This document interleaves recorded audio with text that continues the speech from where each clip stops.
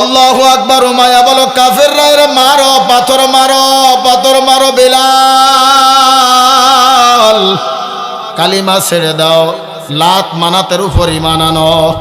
বিলাল বলে কি উমাইয়া শোনো, আহাদ আহাদ আমার আল্লাহ এক, আমার আল্লাহ এক। হযরত বিলালকে পায়ের সঙ্গে রশি লাগাইয়া আল্লাহু আকবার একটা পাগড়া ঘোড়ার পায়ের সঙ্গে লাগাইয়া পাগড়া ঘোড়াকে চাবুক মারে, পাগড়া ঘোড়া দৌড়ায়। বিলাল ওই মরমের ভিতরে একবার উপরে একবার নিচেই যায়। বিলাল ডাকদের মালিক দেখো, তোমাকে ভালোবাসার করার কারণে, তোমার উপরে ঈমান আনার কারণে আমাকে তুমি ধৈর্য দাও, আমি আরো ধৈর্য ধরবো, এরপরও আমি লাত মানাতের উপর ঈমান আনবো না। তুমি আহাদ, তুমি আহাদ, তুমি আমার রব, তুমি আমার রব। উমাইয়া একদিন ডাক দিল, বিলাল তোমাকে হত্যা করে ফেলবো। আল্লাহু আকবার, তুমি স্বীকার করো তোমার রব আল্লাহ না, তুমি আমার ভগবানের প্রতি ঈমান আনো, লাত মানাতের উপর ঈমান আনো। একজন পরামর্শ দিল, উমাইয়াকে বলল এইভাবে নির্যাতন করলে বিলালকে মারা যাবে না, যে জিব্বা দিয়া তার রবকে ডাকে ওই জিব্বার উপরে আগুনের ছেঁকা দাও।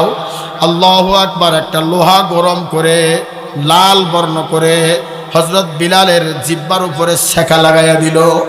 বিলাল এইবার আঙ্গুল উঁচু করে বলল, আল্লাহ এতক্ষণ পর্যন্ত আমার শরীর উপর নির্যাতন চলেছে, আল্লাহ এখন আমার জিব্বার উপর নির্যাতন চলে, কারণ এই জিব্বা দিয়া তোমাকে ডাকি আর কাউকে ডাকি না।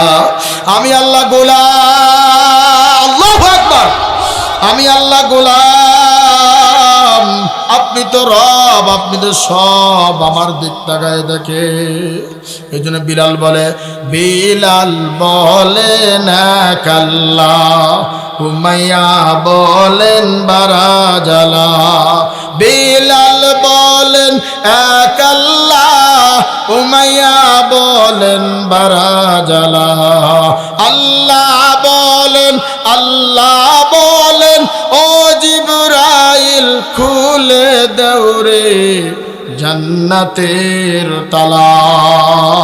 আল্লাহ দেখো জিব্বার উপরে ছেঁকা লাগাইয়া দিছে, এরপরও তোমাকে স্বীকার করি আহাদ আহাদ আমার আল্লাহ এক, আমার আল্লাহ এক। সবাই একটা পরামর্শ করলো, বিলালকে চার রাস্তার মোড়ে হাত পা বেঁধে তাকে ফেলে দাও। আর কাফেরকে বলল, নিযুক্ত করে দিল, সবাই তাকে লাথি মারবা, ঘুষি মারবা, যে যাইবার চার রাস্তা দিয়ে তাকে মারবা। হযরত বিলাল হাবাসী চার রাস্তার মোড়ে চার হাত পা বেঁধে ফেলে দিলেন, যে যাই সে মারে।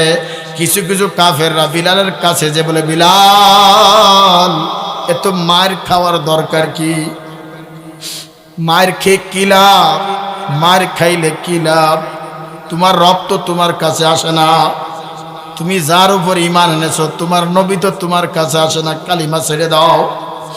বিলাল বলে, না না কালিমা ছাড়ব না। হঠাৎ করে ওই রাস্তা দিয়ে হযরত আবু বকর সিদ্দিক আসে।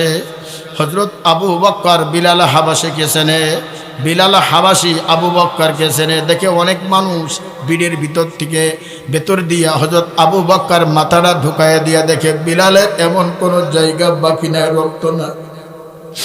হযরত বিলাল আবু বকর দিক তাকায়, আবু বকর বিলালের দিক তাকায়।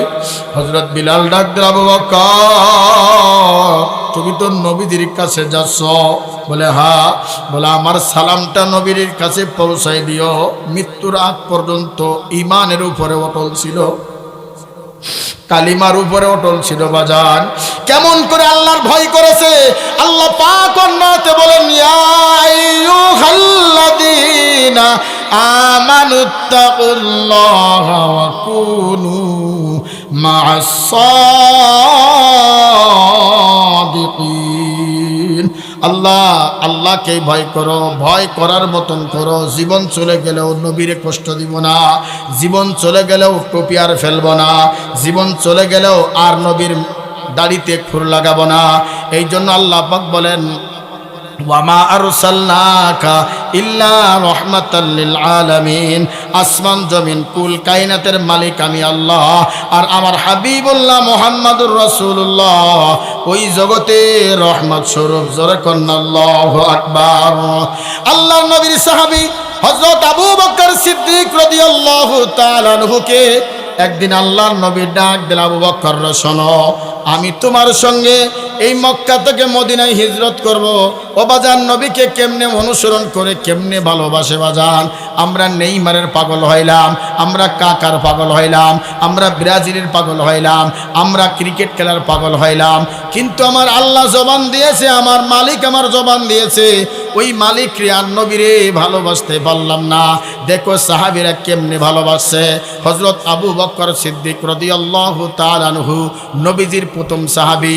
পৃথিবীর ভিতর দুইজন ব্যক্তিকে আল্লাহ তাআলা সরাসরি সালাম দিয়েছেন। এক নম্বর হলো পুরুষের ভিতর, দুই নম্বর হলো মহিলাদের ভিতর। ও মা শোনো, আমার আগে আমার প্রিয় বন্ধু সাগাতুল্লাহ হাবিবি ভাই, আমার দুস্থ মানুষ, ওই বয়ানের ভিতর একটা কথা বলে গেছে, একদম আমার কাছের বন্ধু। আপনাদের জীবন ধন্য, আপনাদেরই সন্তান সারা বাংলাদেশ সফর করে, সারা বাংলাদেশ যার বয়ান শোনার জন্য পাগল, আপনাদেরই সন্তান, আপনাদেরই ভাই, আপনাদেরই ছেলে, আপনাদেরই ভাতিজা। কথা কোন ঠিক কিনা? কারণ কি বাজান, একজন আলেম বানাইতে গেলে মা বাবার কত কষ্ট। ওই মা বাবার কাছে জিজ্ঞাসা করে দেখবেন, ভাই ও আমার বাজান, আপনাদেরই সন্তান, আপনাদেরই বয়ান করে, তার কপালও ভালো, আপনাদের কপালও ভালো। আল্লাহু আকবার, আল্লাহু আকবার। যে মহিলার ভিতরে 4টে গুণ থাকবে, 1 নম্বর গুণ হলো 5 ওয়াক্ত নামাজ, 2 নম্বর গুণ হলো রমজান মাসের রোজা, 3 নম্বর গুণ হলো নিজের সতীত্ব হিফাজত করে রাখা, 4 নম্বর গুণ হলো স্বামীর খেদমত করা। কার কার কার? আপনার বিবির কণ্ঠ পর্দা করতে হবে, আপনার মেয়ের কণ্ঠও কি পর্দা করতে হবে। কষ্ট হচ্ছে আপনাদের, অল্প সময় দিয়ে আপনাদের কাছ থেকে বিদায় নেবে ইনশাল্লাহ। আপনার বিবি যে আপনার ফোন ধরবে, এটাও কিন্তু পর্দা।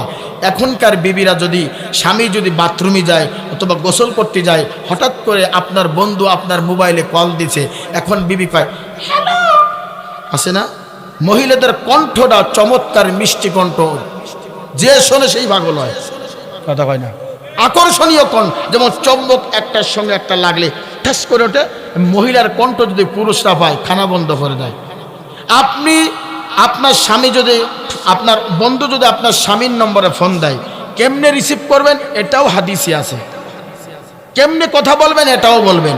যদি রিসিভ করা লাগে, যদি লাগে বাইশেষ, এইভাবে কথা বলতে হবে। ফোন দিছে, ক্রিং ক্রিং, আছে না? ফোন দিছে, হ্যালো, এইভাবে। কে?